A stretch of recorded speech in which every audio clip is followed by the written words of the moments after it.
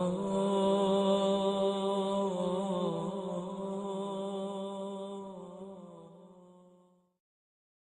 اعمال کو کر کے اللہ تعالیٰ سے دعا بھی مانگے، اے اللہ میرے دل کو منور فرما دیجئے، میرے دل کو غذا پہنچا دیجئے، میری روح کو منور کر دیجئے۔ اور یہ چیز حدیث پاک سے ثابت ہے۔ نبی علیہ السلام جب فجر کی سنتیں ادا فرما کے مسجد میں تشریف لے جاتے تھے تو حدیث پاک میں ہے کہ راستے میں نبی علیہ السلام دعا مانگتے تھے، اللہم اجعل فی قلبی نورا وفی بصری نورا وفی سمعی نورا وفی وعن یمینی نورا وعن شمالی نورا ومن خلفی نورا ومن امامی نورا واجعل لی نورا، اللہ مجھے ہی نور بنا دے۔ اب یہ دیکھیے کتنی اہم بات ہے، ہم میں سے کتنوں کا معمول ہے اس دعا کو پڑھنا؟ اللہ ماشاء اللہ بہت کم لوگ ہوں گے جو باقاعدہ پڑھتے ہوں گے۔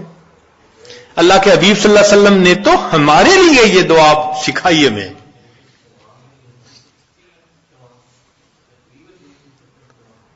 دنوں پہ دن گزر جاتے ہیں، مہینوں پہ مہینے، یہ دعا مانگی نہیں ہوتی۔ اللہ کے حبیب صلی اللہ علیہ وسلم دعا مانگ رہے ہیں، اللہم اجعلنی، اللہ مجھے ہی نور بنا دے۔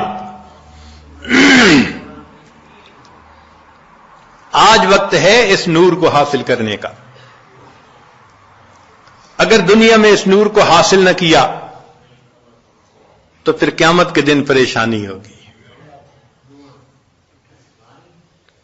اس لیے جو نیک کام کرتا ہے، شریعت و سنت کی اتباع کرتا ہے، اللہ تعالیٰ کا قرب حاصل کرتا ہے تقوی کے ذریعے، تو فرمایا افمن کان میتن فاحییناہ، اور وہ جو مردہ تھا اس کو ہم نے زندہ کیا، وجعلنا لہ نور، اور اس کو ہم نے نور عطا کیا، یمشی بہ فی الناس، اس نور کو لے کے وہ انسانوں میں چلتا ہے اور دین کی دعوت کا کام کرتا ہے۔